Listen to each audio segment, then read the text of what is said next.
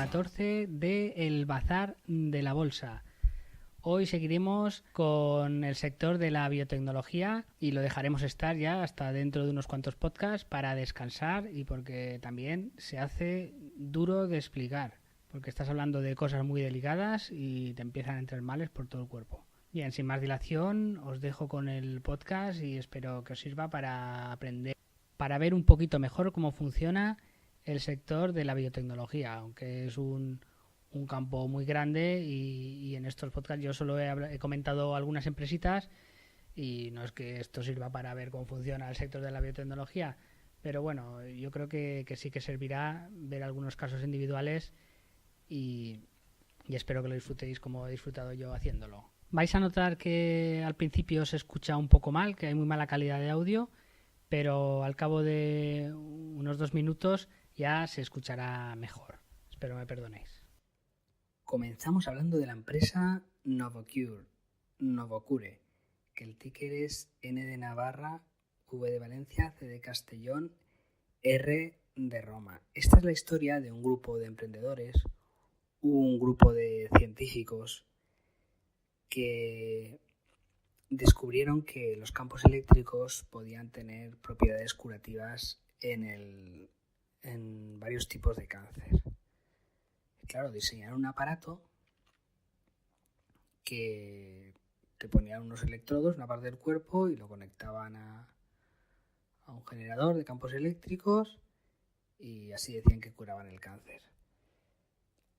Claro, al principio muchos pensaron que eran unos estafadores que se estaban sirviendo de la desesperación de muchos pacientes para venderles una estafa,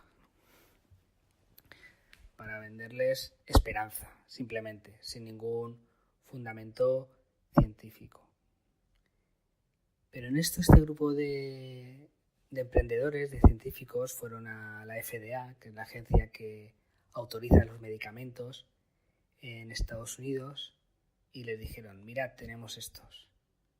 Claro, en la agencia los miraron así un poco de arriba abajo diciendo, estos nos están vendiendo una moto y aquí no queremos payasos ni estafadores. Pero claro, este grupo empezó a presentar su currículum y en la FDA vieron que habían trabajado en grandes empresas, en Johnson & Johnson y otras grandes farmas, y les fueron con estudios bien estructurados, bien hechos. Y claro, la FDA seguía recelosa diciendo, uy, aquí es que... Y les dijeron, de acuerdo, os vamos a dar una oportunidad, pero os vamos a dar una oportunidad con el glioblastoma. El glioblastoma es un cáncer muy agresivo en el cerebro y actualmente apenas tiene tratamiento. Y así nació Novocure, una nueva arma para luchar contra el cáncer. Es una empresa, Novocure, de origen israelí. Ha desarrollado una terapia que frena el crecimiento de células tumorales. Utiliza campos eléctricos ajustados a frecuencias específicas para interrumpir la división celular, inhibir el crecimiento tumoral y hacer que las células cancerosas afectadas, explicado un poco en cristiano. Al final esta empresa que ha desarrollado un dispositivo que genera campos eléctricos y claro, ahora tienen la autorización de la FDA, o sea, han conseguido que la FDA autorice este dispositivo para tratar el glioblastoma. El glioblastoma, ¿qué pasa? Que es una enfermedad prácticamente huérfana, les han dado facilidades y actualmente solo hay un medicamento y esta terapia de esta empresa se utiliza en combinación con medicamento. Entonces, esta terapia, que no es una terapia, no es una cura, simplemente es una nueva arma para luchar contra el cáncer y lo que hace es frenar el desarrollo de la enfermedad, pero no la cura, frena su procesión, la desacelera, pero de momento no acaba curándola. ¿Qué hacen? El concepto es bastante sencillo. Crean un generador, fabrican un generador que crea un campo eléctrico. Entonces, el campo eléctrico que hace, te lo ponen en la zona afectada, en este caso en la cabeza. Te ponen una especie de gasas con unos electrodos y esos electrodos están conectados al generador. Y entonces el generador empieza a generar un campo eléctrico con una frecuencia determinada. Es un campo alterno, que es lo que han estado estudiando y desarrollando durante años. ¿Qué pasa? Que las células cancerosas se dividen muy agresivamente, ¿no? Hay un gran crecimiento del tumor descontrolado. Y en el proceso de división celular, en las células hay gran cantidad de dos tipos de proteínas, que son las tubulinas y las septinas. Y las proteínas al final son moléculas. Y las moléculas tienen carga positiva y negativa. Entonces les afecta el campo eléctrico. Entonces, ¿qué hace? Que estas proteínas no pueden trabajar de manera normal en la división celular porque están afectadas por el campo eléctrico, con lo cual la célula no se puede dividir y muere, acaba muriendo. Han conseguido que esto afecte sobre todo a las células cancerosas. De hecho, el primer paciente que tuvieron, que fue hace 10 años, el primero que empezaron a hacer pruebas, hoy en día está vivo. Han pasado ya 10 años. Pero lo que es el concepto es simple. Los campos eléctricos afectan a la división celular. Le han conseguido que afecte a la división celular de un tipo de células de un tamaño determinado, ajustando también las frecuencias. Es todo lo que han estado estudiando durante muchos años y por fin han conseguido que se frene el proceso, se desacelere el proceso de creación de tumores en el cerebro. Este dispositivo no estimula ni calienta el tejido sano. Los campos de tratamiento, los campos eléctricos de tratamiento de tumores causan un daño mínimo a las células sanas. De hecho, el único efecto secundario que se ha visto de momento ha sido irritación de la piel. Está aprobado, o sea, es un tratamiento ya aprobado por la FDA para adultos con glioblastoma, que es el cáncer cerebral primario más común en adultos y uno de los tipos de cáncer más difíciles de tratar. Claro, aquí el cerebro es un órgano muy, muy difícil de tratar. Para empezar, porque es el órgano del cuerpo que menos se conoce, ¿no? Porque es el más difícil de estudiar. Porque cuando quieres estudiarlo estás afectando al paciente de una manera definitiva. No es como los otros órganos que pueden funcionar, no hace falta que funcionen al 100%. Y además no solo eso, sino que el cerebro blinda mucho las sustancias que le entran. Porque al ser un órgano de tan capital importancia, por eso es muy difícil diseñar fármacos para curar cosas del cerebro. Porque el propio cerebro tiene como un blindaje que evita que le entren sustancias, virus, lo que sea, de un blindaje muy fuerte para preservar al ser que dirige, al ser humano. Tiene unas barreras de entrada mucho más fuertes que el resto de los órganos. ¿Qué pasa? Que al ser un efecto físico, no un efecto químico, se está probando para otros tipos de cáncer, además para los tipos de cáncer más agresivos, como puede ser el de páncreas o algunos tipos de pulmón. Ahora lo veremos. El dispositivo que se llama Optune. Y como hemos dicho, está aprobado en Estados Unidos.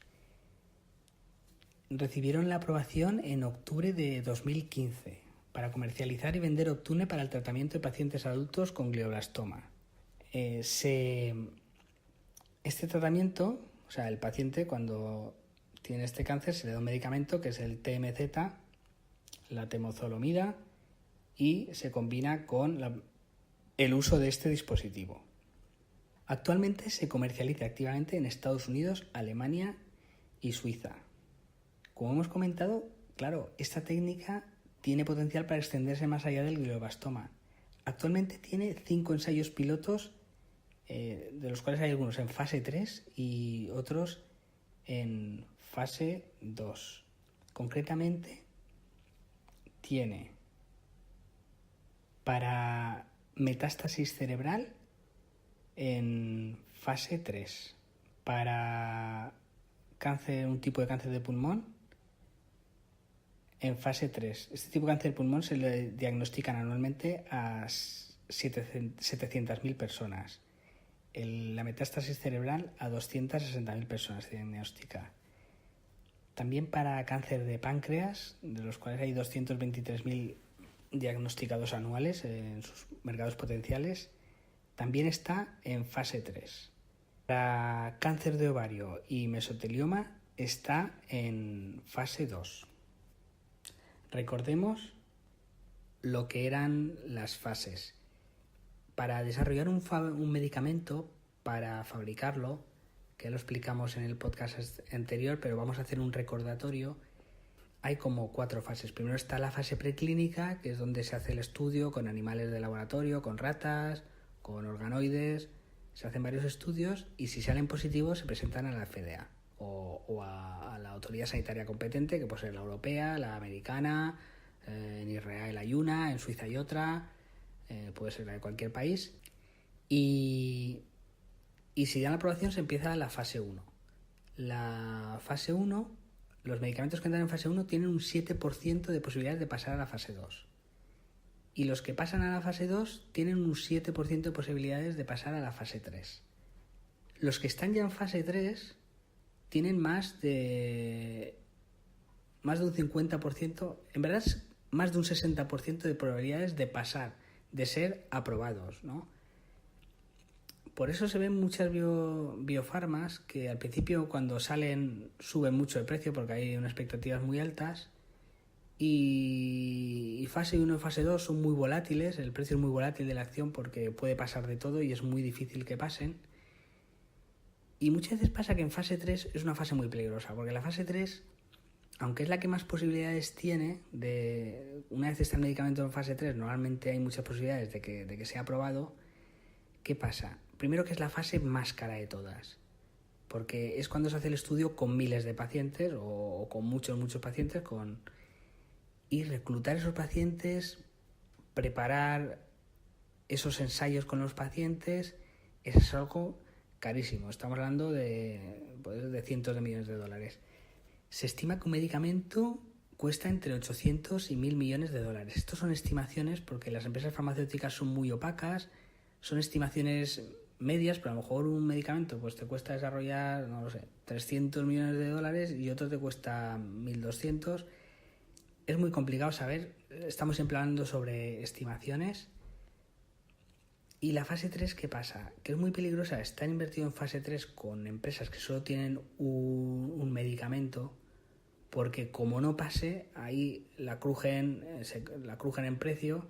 Y es muy arriesgado estar muchas veces es muy arriesgado estar en todas las fases, pero la fase 3 normalmente cuando un medicamento está en fase 3 la empresa ya tiene descontado que se le va a aprobar y si no lo aprueban es cuando puede pegar un bajón monumental.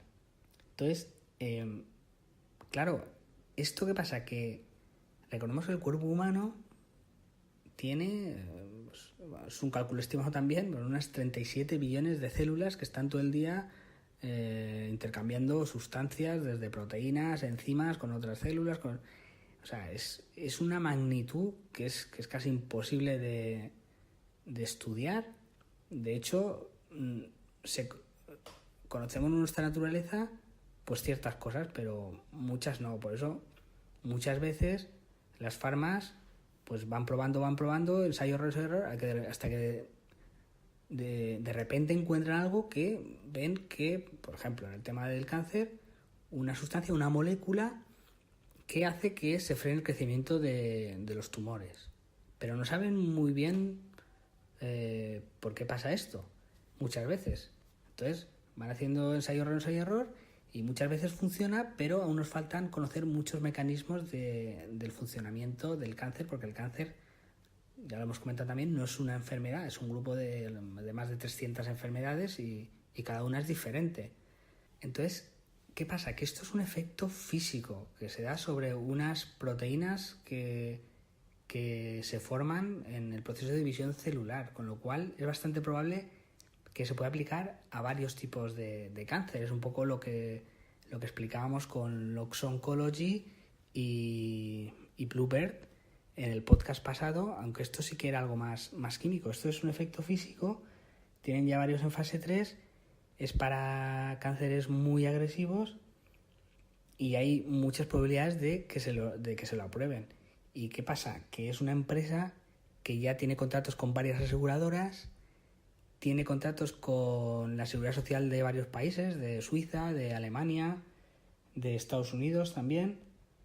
O sea, es algo que está funcionando, no es un dispositivo ahí que sea magia negra.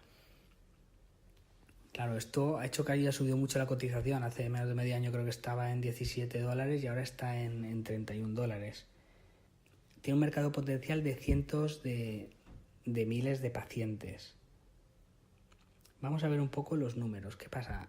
Los números de estas empresas, para empezar, que los contratos que hace las biotecnológicas con las grandes farmas o con aseguradoras no los comentan, son muy opacos. Entonces, vale, pues a lo mejor tú ves que el último año han facturado X, pero a lo mejor este año pues ya no lo facturan, porque eso puede ser que sea un contrato el año pasado les pagaron X millones de dólares porque alcanzaron unos hitos. Pero si este año no consiguen un hito más, pues a lo mejor baja mucho la facturación. Entonces es muy difícil valorar estas empresas. Hay que mirar mucho y saber leer entre líneas. En el caso de Novocure, una empresa que en 2014 facturaba en torno a los 0 millones de dólares y en 2017, o sea en solo 3 años, ha facturado 150 millones de euros. No ha tenido ni beneficios ni cash flow positivo ningún año.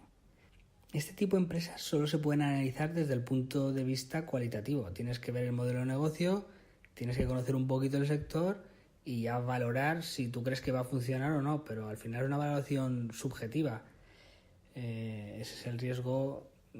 A ver, casi todo análisis de las empresas es subjetiva, pero esto es más subjetivo que lo común a la hora de analizar empresas. Tenemos que invertir en base a la confianza que tengamos en que el modelo de negocio o el producto que venda o la combinación del modelo de negocio y el producto generarán unos ingresos que darán la vuelta a los números actuales, porque muchas están en pérdidas.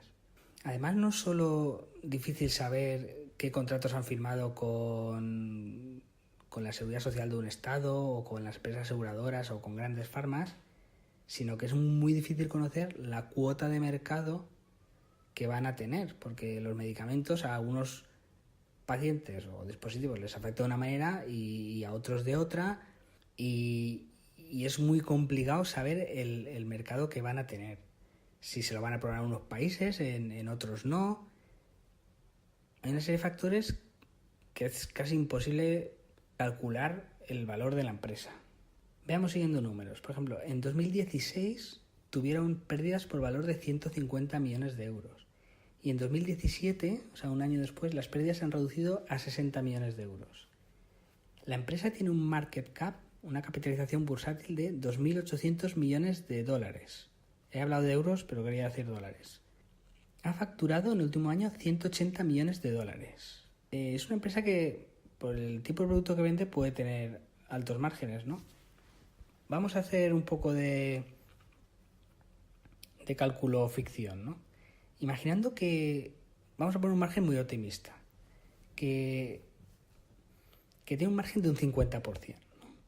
Si obtiene 90 millones de beneficio, estamos hablando, porque facturaba 180 millones de dólares, pues con un margen del 50%, vamos a imaginar que tienes 90 millones de beneficio. Estamos hablando que esta empresa estaría a un PER 31. Claro, aquí lo complicado es que esos 180 millones de dólares no sabes de dónde han salido, no sé si han salido de royalties, ¿no? Dice, oye, pues las empresas, las grandes con las que tiene acuerdos, o las aseguradoras, le han pagado por, mira, hasta tal número de pacientes te pagamos tanto. A partir de...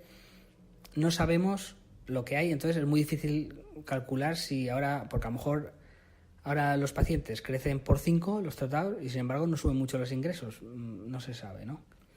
Vamos a ver un margen mucho menos optimista, que en vez de un 50%, el dispositivo le sacan solo un 15%. Ahí el PER de la empresa actualmente estaría a 104, el PER. Si consiguiera facturar 5 veces más, con un margen de un 15%, estaríamos hablando de un PER de 21. Es muy subjetivo decir si los precios a los que está ahora es una locura o no, no se sabe. Es una típica empresa growth, de crecimiento. En el primer trimestre de 2017 tenían 1.266 pacientes. Y en el primer trimestre de 2018, 2.000 pacientes, casi el doble en un año. En 2015 facturaron 33 millones de dólares y en 2017 180 millones de dólares. Actualmente tratan 2.000 pacientes. Entonces, claro, si es una empresa que te llama la atención, ahora tratan 2.000 pacientes, pero realmente su mercado potencial son cientos de miles, porque parece ser, y ya están en fase 3, de que es aplicable a otros tipos de cáncer. Yo no veo descabellado que crezca un múltiplo de 10 o incluso más. Ahora solo tiene 2.000 pacientes, pero no se sabe, y como no pase la fase 3 de alguno de los otros tipos de cáncer, pues el precio se puede hundir en la miseria. ¿Vale? Son empresas muy, muy arriesgadas, muy volátiles. Estas empresas yo creo que son para que inviertan fondos. Un particular se la está jugando. Los estudios de fase 3, por ejemplo, de esta empresa, que ya está en fase 3, las metástasis cerebrales y el cáncer de pulmón, superan el millón de pacientes. No los estudios, sino el mercado potencial. Es una empresa que en caja de equivalentes ahora mismo tiene 216 millones de dólares y están aumentando este concepto.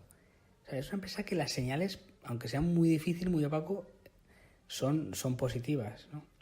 De hecho, el 47% de las acciones de la empresa está en manos de fondos inversores institucionales. Esto seguramente le va a dar estabilidad, va a restarle volatilidad. El 9% de la inversión son insiders, son directivos. O sea, el 9% está en manos de directivos. Estos 3 últimos trimestres están estancados en ventas, aunque han ido subiendo ligeramente. El último trimestre de 2018 ha bajado un poquito respecto al último trimestre, pero ha sido también porque ha habido un cambio en normativa contable. Si no hubiera habido ese cambio, hubieran crecido ligeramente. Acaban de empezar a vender en Japón. Es un dispositivo que cuesta introducir, necesita mucha labor comercial, porque claro, es algo tan novedoso y sinceramente, claro, al principio a ti te viene uno que te va a tratar con un dispositivo que te viene el cáncer y claro, al principio siempre eres escéptico. Entonces es un producto que cuesta mucho introducirlo en el mercado. Pero como ya está aprobado para el glioblastoma, claro, al momento que funciona y los resultados se están viendo que son positivos, para el resto de tipos de cáncer puede haber mucha facilidad y la mayor parte del trabajo ya estará hecho. Por eso el potencial de esta empresa. La escalabilidad es muy, muy alta. La mayor parte de investigación ya está hecha, porque lo que hacen es un proceso común a varios tipos de cáncer y atacan a un proceso del desarrollo del cáncer. Pueden reducir mucho los costes de fabricación. Y si el sistema es aplicable a otros tipos de cáncer, que el sentido común dice que sí, porque es un proceso físico y no químico, que el químico hemos visto que depende de billones de interacciones. Bien, es una empresa con potencial, es una empresa que ha subido mucho, actualmente solo tiene 2.000 pacientes, pero el mercado potencial es de cientos de miles. Es una empresa muy, muy, muy interesante a estudiar, muy interesante lo que están haciendo. Lo que pasa es que si ahora, por ejemplo, en fase 3 le echaran para atrás para algún tipo de cáncer, pues la empresa, la cotización se podría ir a los infiernos. Bien, en el podcast pasado presentamos 3 empresas, Vericel, Lox Oncology y Bluebird Bio, que de momento parecen historias de éxito en este momento que estamos hablando, en junio de 2018.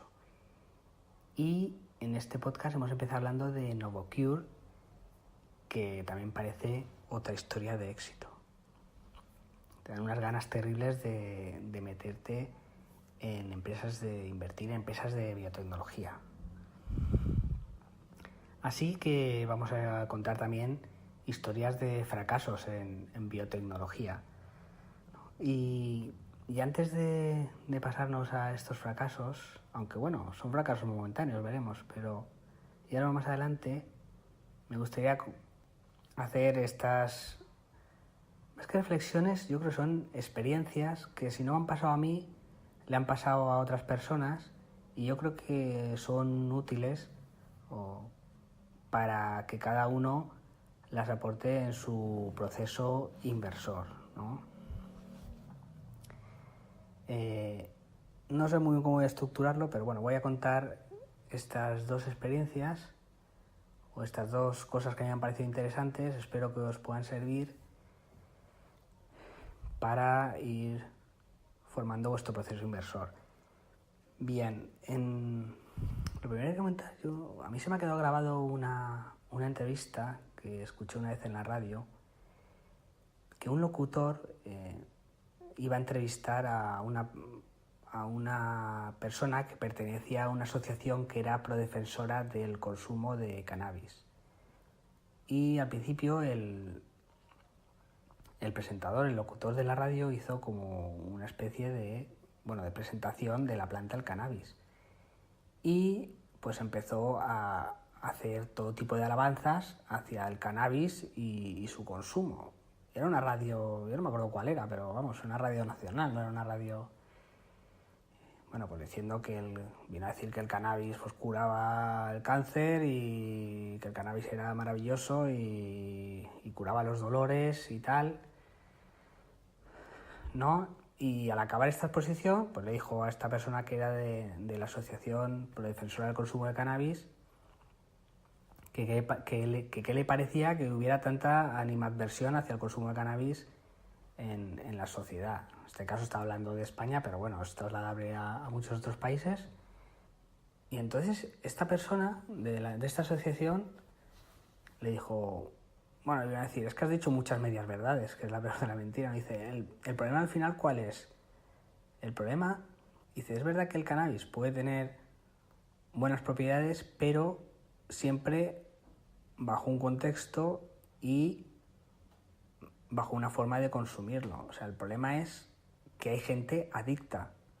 Eso puede ser como el alcohol. A lo mejor muchos de vosotros conocéis pues gente consumidores de fin de semana o que de jóvenes han consumido mucho alcohol y ahora pues sí, consumen de vez en cuando, pero no son habituales. Sin embargo, hay otras personas que se han hecho alcohólicas, son adictas al alcohol, ¿no? Lo mismo podría pasar con los juegos de azar. Pues hay gente que es capaz de echar pues hasta las perras una vez al mes, hay otra gente que echa todos los días, ¿no? Con las apuestas deportivas, que es una especie de alarma social. Pues hay gente que un día entre amigos apostará, jiji, jaja, pero hay gente que a lo mejor ha perdido todo su dinero apostando porque es adicta. O sea, el problema es la adicción. Esto un poquito, por qué lo decía, ¿no?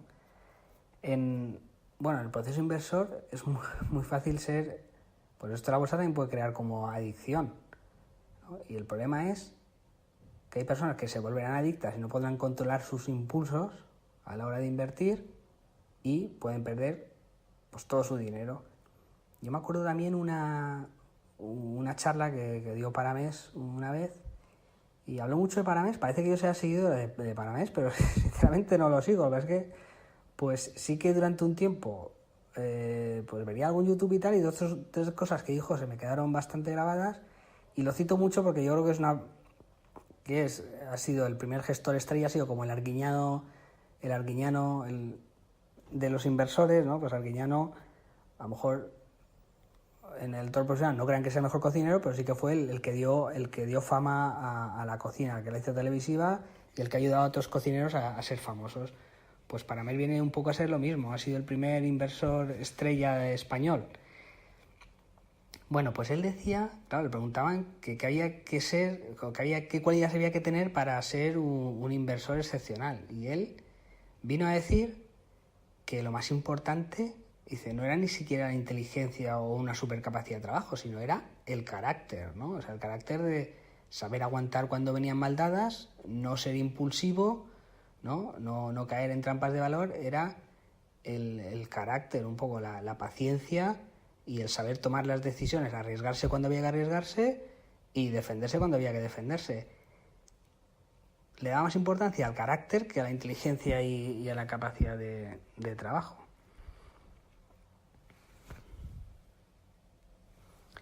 Bueno, esto en cuanto a la personalidad para invertir. Y luego la segunda lo segundo que me gustaría comentar es un podcast que escuché hace poco. Hay un foro muy interesante, supongo que lo conoceréis casi todos los que me escucháis, que se llama Más Dividendos, y también hacen podcast, y uno de los administradores o responsables del foro, que no sé cómo se llama, pero el seudónimo es JBass, ha hecho algún podcast, él en solitario, y ha hecho uno que me parece una delicia, que se llama el proceso inversor, y él dice que es para principiantes en bolsa. Él lo que hace es explicar cómo debe ser tu proceso inversor, en abstracto en general, pues cualquiera que empiece a invertir, qué es lo que debería tener en cuenta y cómo dice que eso es un proceso, una cosa que vas construyendo, y cada uno va construyendo su proceso. Cada uno tenemos nuestras ventajas competitivas y nuestros defectos, y algunos tendremos habilidades para ser inversores cualitativos, otros cuantitativos, a otros les da mejor el técnico. Cada uno tiene que ir montando su proceso respecto al tiempo que tenga, al dinero que tenga, a las habilidades que tenga, y él, una cosa que me gustó mucho, pues aplicó en la fábula de la tortuga y la liebre al proceso inversor, ¿no? Que muchas veces eres la tortuga y ves cómo la liebre te pasa rápido y tú quieres ser liebre, claro, pero eres tortuga.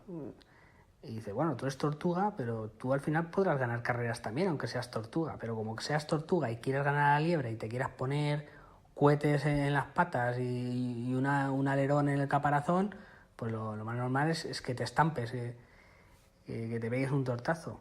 Y esto puede pasar mucho con las biotecnológicas, que a lo mejor están en redes sociales y ves mucha gente, ostras, pues he ganado un 60% en unos días, he ganado un 1000%, y puedes tener tentaciones de querer ser la liebre y correr la tentación de no analizar bastante bien dónde estás metiendo el dinero y pegarte un buen borrón, pegarte un buen tortazo. Bueno, entonces, para que no nos hagamos adictos después de estas historias de éxito que he explicado en la biotecnología, pues vamos a explicar fracasos, aunque pueden ser momentáneos, pero bueno, en todo caso son cotizaciones que se han ido al infierno, e intentaremos ver un poco por qué. Bien, vamos a hablar de una empresa que no la di tan bien, del sector. He escogido una, pero bueno, podría haber escogido cualquier otra. Esta se llama Fluidigm, que el ticker es F de Francia, L de Lugo, D de Dinamarca y M de Madrid. Esta empresa en el año 2015 cotizaba unos $48. Ese mismo año bajó a unos $7-8 y lleva en el entorno de $5 hasta la actualidad. O sea, baja de 48 a 5, ¿no? Este es un ejemplo de cómo se pueden sobrevalorar empresas en un sector tan volátil como el de la biotecnología, ¿no? ¿Qué errores ¿Dónde habita el error a la hora de haber invertido en esta empresa? Bueno, es una empresa que después de un rato leyendo la página web, yo aún no sabía a qué se dedicaban. Digo, ¿cómo puede ser esto? Estoy leyendo la página web y aún me costaba saber a qué se dedicaban, ¿no? Me parece una tontería, pero claro, si no son capaces de explicar bien lo que hacen, pues ya no es un buen síntoma de cara al inversor. Bueno, ¿y a qué se dedican? Porque no era tan difícil explicarlo. Bien, fabrican equipos de laboratorio. Fabrican específicamente equipos para que los investigadores realicen sus mediciones y estudien los procesos que se dan en las células. Hemos hablado con el cuerpo humano, se estiman que hay 37 billones de células, todos los días hay muchas interacciones entre las células, o sea, estamos hablando de unos números pues incalculables, y por eso cuesta tanto la investigación. Son procesos complejos que a veces últimamente se hablaba de que los organismos que tenemos en el intestino afectan a nuestra inteligencia, o sea que no sabemos muy bien qué está relacionado con qué. No sé si hay más neuronas en el cerebro no sé si estrellas en la galaxia o incluso en el universo. O sea, imaginaros, el cerebro es una maraña de cosas que es casi indescifrable, es muy complicado todo. Y esta empresa lo que fabrica equipos para ir conociendo cada vez mejor los procesos que se dan en la naturaleza celular. Bueno, ¿y por qué se vendieron muy bien? Pues estos equipos, ¿por qué se vendió muy bien la cotización de esta empresa? Porque empezó a subir como un cohete, ¿no? Que es lo que estábamos hablando de la tortuga y la liebre, que de repente ves que las liebres te pasan por al lado corriendo y dices, yo quiero ser una liebre, yo quiero invertir en eso, y es cuando puedes cometer un gran error de inversión. Bueno, pues esta empresa se vendió muy bien, subió la cotización mucho, porque estos equipos se utilizan mucho para el estudio de tratamientos de inmunoterapia. Estos equipos realizan lo que se llama la ciometría de masas. La ciometría de masas se dedica a la aplicación y el desarrollo de diferentes técnicas enfocadas a la detección de las características de las partículas biológicas con el fin de facilitar los máximos avances en la investigación biomédica. La ciometría es una tecnología que permite medir propiedades físicas y químicas de células vivas u otras partículas biológicas. En este área nos encontramos con la ciometría de flujo y su nueva variante, la ciometría de masas. Tiene un sistema de imágenes, ¿no? Pues estudiar el proceso de las células también con imágenes. El sistema de imágenes se llama Hyperion y combina la capacidad de imágenes con la tecnología aprobada CITOF para facilitar las aplicaciones de Imaging Mass Spectrometry. Esto permite una inmunohistoquímica altamente multiplexada que permite el análisis simultáneo de 4 a 37 marcadores proteicos. Al final son máquinas que lo que hacen es coger la célula y, por ejemplo, en un proceso celular te identifican unos cuantos biomarcadores. Te dicen, oye, pues mira, de este biomarcador hay tanto, ¿no? Pues en este proceso celular se han producido tantas proteínas, tantas enzimas, tantas no sé qué, y te lo hace de una manera muy visual. Y entonces con esto tú ves pues a una célula se le ha aplicado un determinado proceso y entonces ves cómo reacciona la célula fabricando qué enzimas o proteínas o lo que sea, ¿no? Es una máquina que ayuda a que los científicos vayan menos a ciegas, comprenden mejor lo que está pasando, y como comprenden mejor lo que está pasando, podrán precisar más sus dianas terapéuticas o las dosis, ¿no? Van menos a ciegas porque saben mejor lo que está pasando. Ayuda a comprender mejor los procesos celulares en enfermedades oncológicas. Crean al investigador un mapa detallado con algunas de las interacciones que se han dado entre células en el proceso de aplicación de inmunoterapia en tumores. Los investigadores pueden ver cuántas proteínas han producido, o linfocitos u otros biomarcadores, que ayudan a un mejor entendimiento de lo que está pasando, con lo que los investigadores pueden mejorar la precisión en el disparo o la diana terapéutica. Está en un campo de moda, ¿no? Por eso subió mucho la cotización. Es el claro ejemplo. La inmunoterapia, esto va a curar el cáncer, la inmunoterapia va a curar el cáncer. Rápido, invirtamos todos, ¿no? Pues ese típico de se invirtió esta empresa, no se miró ni su mercado potencial ni nada, subió hasta $48 y luego se ha hundido mucho la cotización. Claro, es que el mercado al final es relativamente pequeño, o sea, es el de los investigadores, en los laboratorios, ¿no? Y a lo mejor pues de repente parece que todos los investigadores van a utilizar esa máquina porque va por ahí, y de repente aparece otra máquina, le hace la competencia y ya no se compra esa máquina. Es un sector también volátil, es complicado, y además es un mercado pequeño, ¿no? El de los centros de investigación no es un mercado masivo, por así decirlo. Veamos los números de esta empresa. Bueno, lleva 4 años con ventas estables, aunque ligeramente a la baja. Es una microcap, ingresa $25 millones trimestrales y pierde 10. O sea, ingresa 25 trimestral y pierde 10 trimestrales, ¿no? El cash flow operativo es negativo, aunque cercano a cero, y el primer trimestre de 2018 ha empeorado. Además tiene $200 millones de deuda. Los directivos, el insider ownership es del 0,89, muy pequeño, eso ha dolido. Claro, y el mercado de laboratorio de máquinas caras no es tan grande, ni tiene expectativas de crecimiento gigantes, ¿no? Illumina, por ejemplo, Illumina es una empresa que también hace máquinas para laboratorio. Son máquinas que analizan la genética de un organismo, y ha subido, es una empresa que ha subido mucho, ha estado mucho tiempo entre $160 y $180 y ahora creo que está ya cerca de los 300, en un año ha subido mucho, pero está un PER 60, ¿no? Es una empresa que da miedo porque dice, ostras, ¿cuál es el crecimiento de este tipo de maquinaria? No lo sé.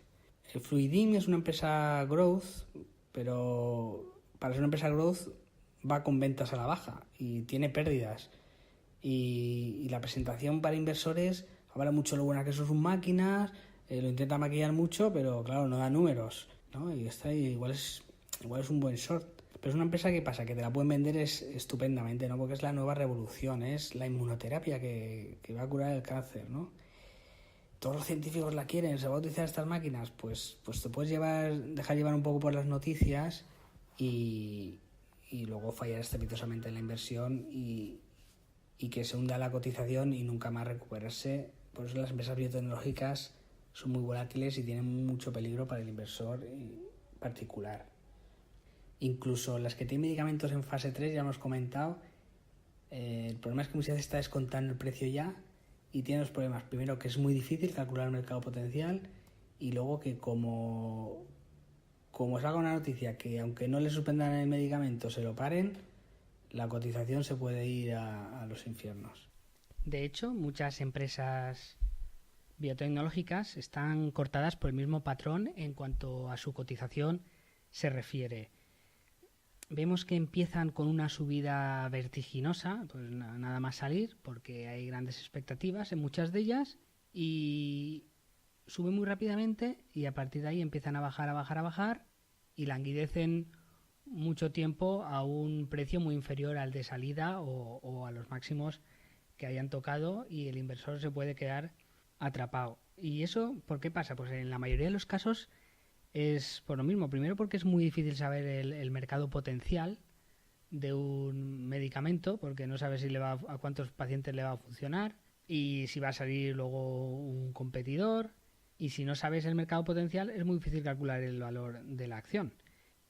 Además, muchas veces están expuestas a ampliaciones de capital, porque para hacer los ensayos clínicos se necesita mucho dinero, son muy caros, y si no consigues un acuerdo con una gran farma, te ves abocado a una ampliación de capital, con lo cual el accionista que ya estaba en la acción muchas veces ve diluido su valor.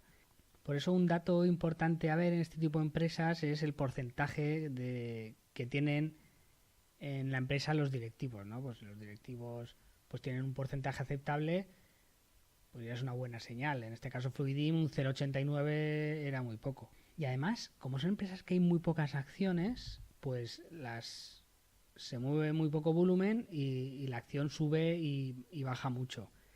Y puede bajar muy rápidamente, igual que sube muy rápidamente. A lo mejor sube muy rápidamente no porque el mercado la está probando, sino porque solo con que compren unos pocos, la acción ya sube como un cohete y puedes ver que empieza a subir. Te puedes dejar llevar porque el de al lado está ganando más que tú, inviertes y entonces la cotización puede empezar a bajar. Este es el peligro de este tipo de empresas.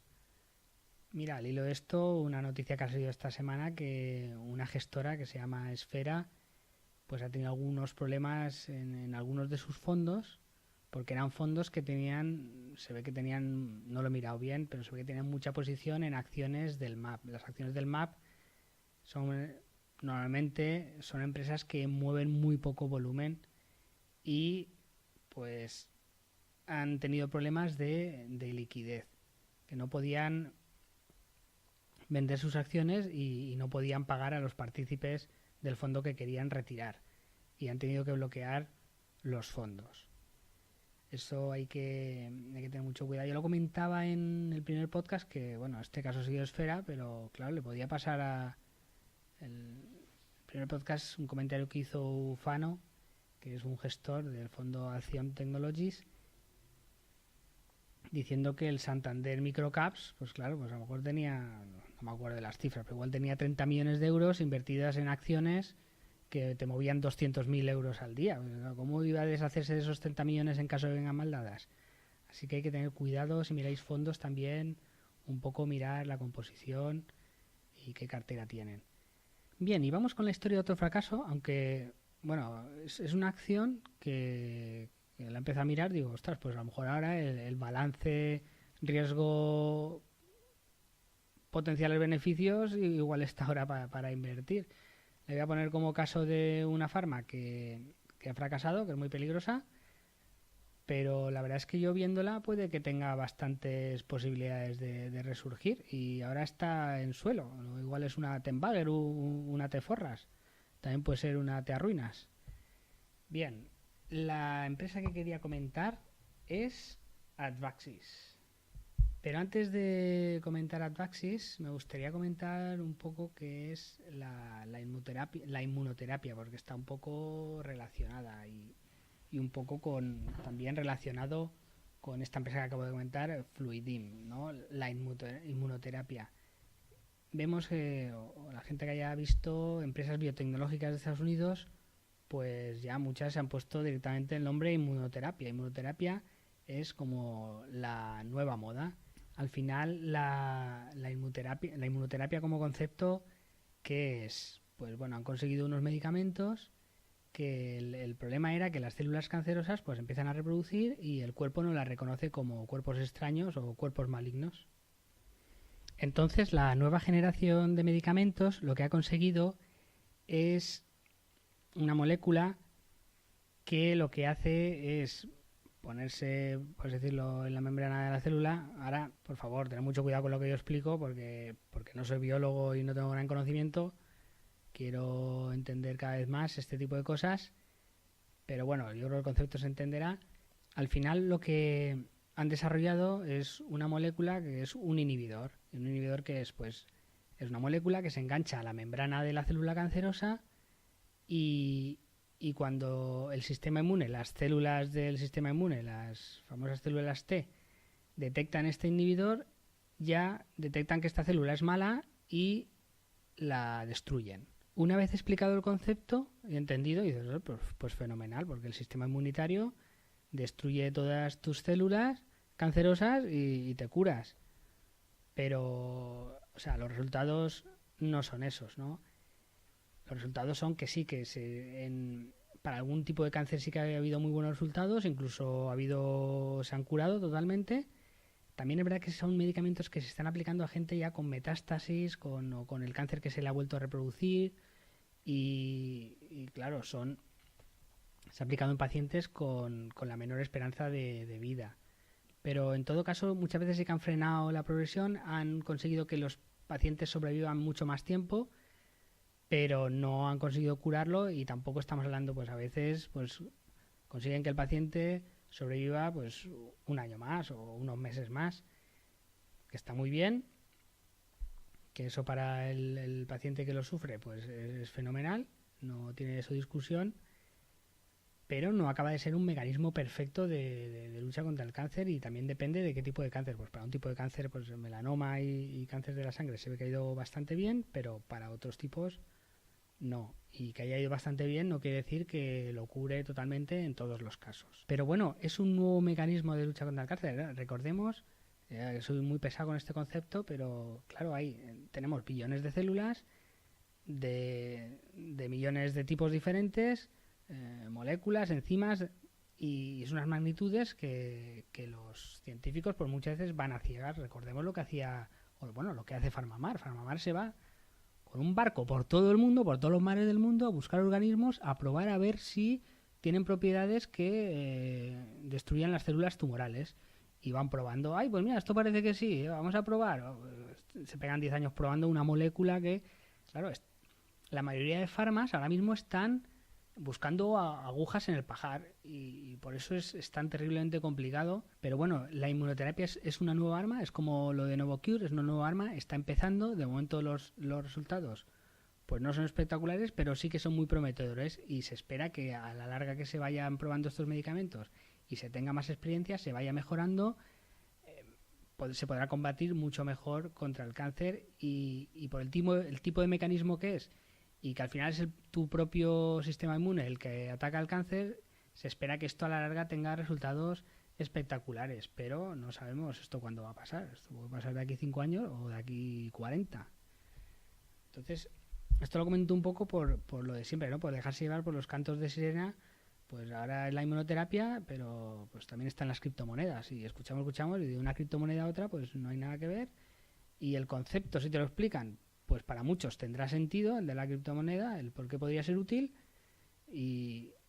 pero hay que tener mucho cuidado. Porque en los medios de comunicación te lo venden todo pues fenomenal y perfecto y de aquí nada, las enfermedades más graves están curadas. Pues no, queda mucho camino, pero hay que ser optimista y hay que pensar que es una progresión exponencial y no lineal.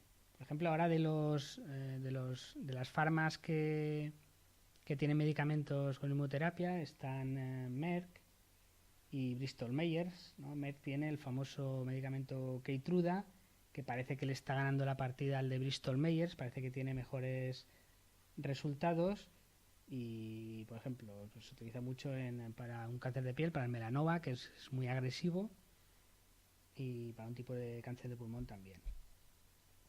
Bien, entonces, la empresa que queríamos hablar, Advaxis, ¿qué es lo que tiene? ¿Qué es lo que hace? Bien, Advaxis lo que ha desarrollado es un nuevo mecanismo de lucha contra el cáncer. ¿Y en qué consiste este mecanismo? Pues este mecanismo, ellos han desarrollado unas bacterias, le llaman tecnología LM, la bacteria es Listeria, por eso LM. Bueno, la M no lo sé, pero L es de Listeria, y las han modificado artificialmente estas bacterias. Entonces, lo que hacen es introducir estas bacterias en el cuerpo, y estas bacterias sí que pueden introducirse dentro de la célula tumoral. Se introduce dentro de la célula tumoral y, bueno, le llamo bacteria, pero no es exactamente una bacteria, porque es como un organismo que han creado ellos, aunque lo han hecho a partir de una bacteria. Se introduce en la célula y una vez en la célula, en el citoplasma, se rompe esta bacteria y libera unas sustancias. Y está. Y cuando la célula inmune pasa por al lado de la membrana y detecta una de estas sustancias, detecta que es una célula maligna y la destruye. ¿Esto qué hace? Pues esto, entre otras cosas, puede potenciar el efecto de muchos medicamentos, el efecto de los medicamentos de inmunoterapia, que recordemos que era un inhibidor que se adosaba a la membrana de la célula, y la célula T la reconocía como maligna y la deshacía, mataba a la célula cancerosa. Bueno, pues esto es como poner muchos más inhibidores, poner otros agentes para facilitarle más la tarea a la célula T. ¿Vale? Es también como una especie de inmunoterapia. Bien, tienen ahora mismo en desarrollo 4 ensayos clínicos. El primero le llaman el AXAL, y tienen uno en fase 3, que lo están desarrollando ellos individualmente, y está en fase 3, y va a empezar una fase 3 con este mismo ensayo, pero colaborando con Bristol Myers. Y además va a empezar también este año uno en fase 2, también de forma individual, sin ningún socio, para cáncer de cuello y de cabeza. Y además tiene uno en fase 2 con AstraZeneca, aunque hablaremos un poquito más adelante. Este sería un tipo de ensayo. Quedan 3 tipos de ensayos. En el segundo tipo de ensayo, lo están haciendo en colaboración con Amgen, con Amgen, que también es una farma muy grande, y están en fase 1 ya.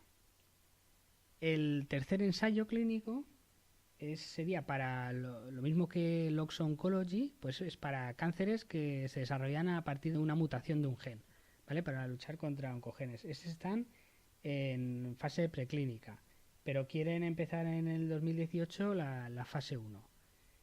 Veremos.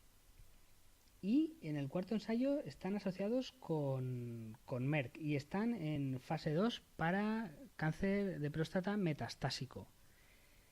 Claro, lo que llama aquí la atención es que tengan acuerdos con Merck, con AstraZeneca, con Bristol Myers y con Amgen, que son 4 farmas muy grandes.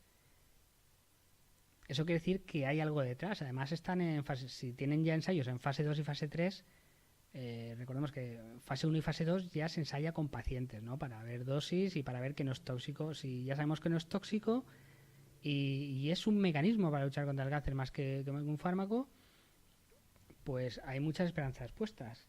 Y además, si están estas 4 grandes farmas detrás de los ensayos, quiere decir que ahí hay algo. Quiere decir que hay alguien, que hay gente muy preparada detrás que ha visto mucho potencial. Bueno, ¿esta empresa qué ha pasado? ¿Cómo ha ido su cotización? Esta empresa en 2015 llegó a tocar más de $25 la acción. Ese mismo año bajó a unos $5 y ahora mismo está en 1,5, haciendo suelo. ¿Qué ha pasado? Bueno, este año han pasado 2 cosas.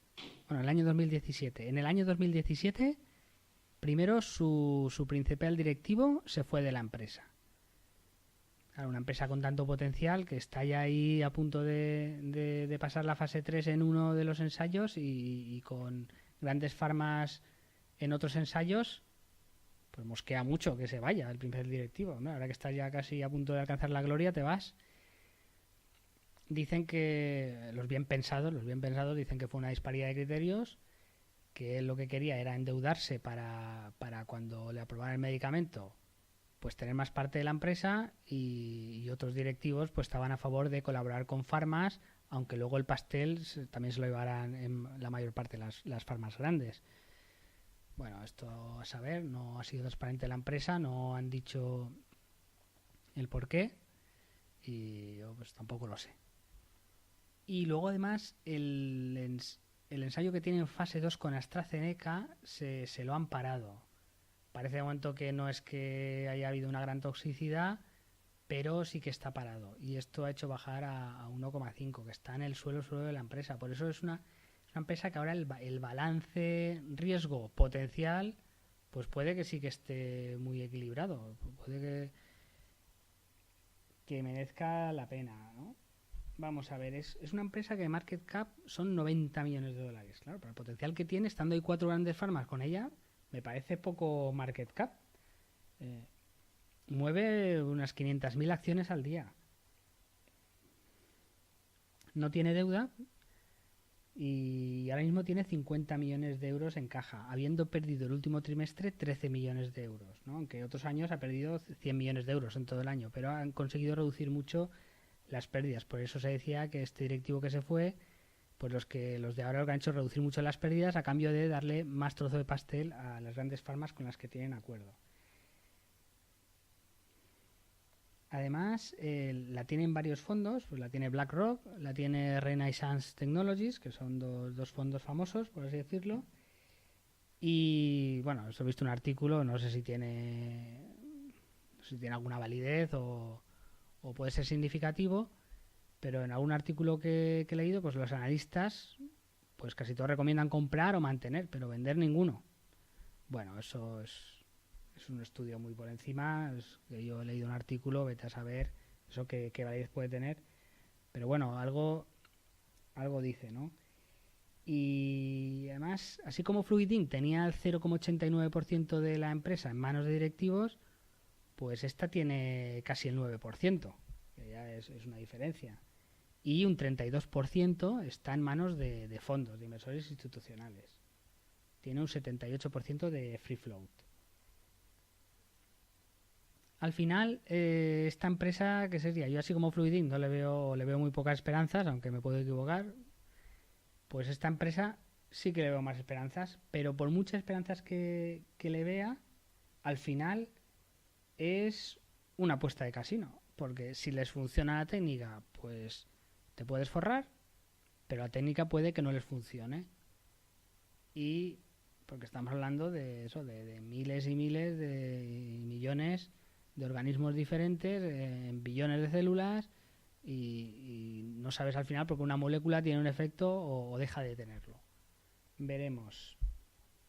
Bueno, lo que hemos comentado. Bueno, además también es una empresa que lleva más de 10 años cotizando, ¿no? De hecho, nada más empezar, es un patrón que siguen, nada más empezó a subir, llegó a tocar casi los $30, se fue a los infiernos, a cerca de $2, volvió a subir a 28, pasó de 2 a 28 en un año, imaginaros eso lo que es, y luego ha vuelto a bajar a 1,5 que está ahora.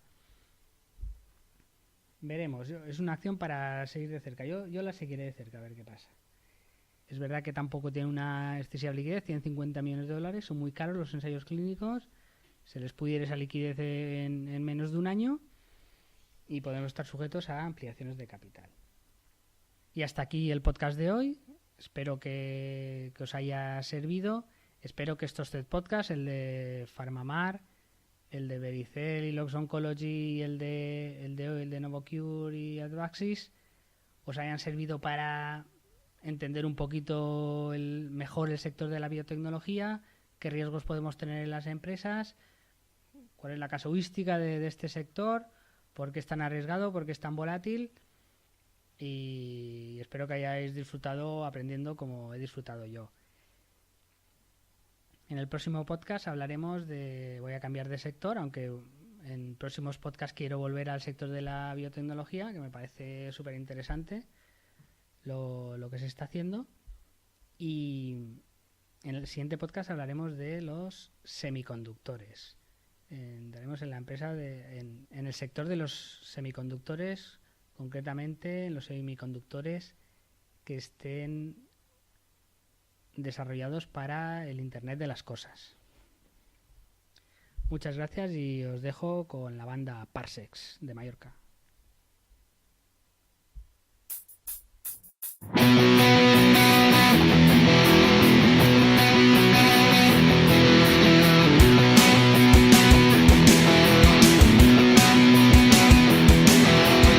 Wake up, the world is not waiting.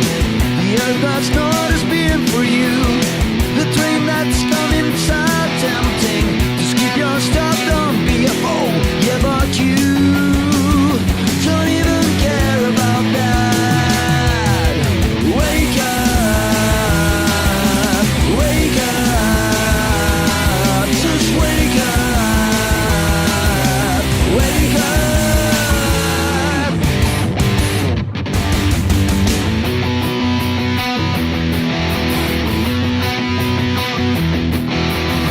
Wake up now, better get ready. You give up stars and look so good. Your world is not moving forward. You have to push it harder too. Yeah, but you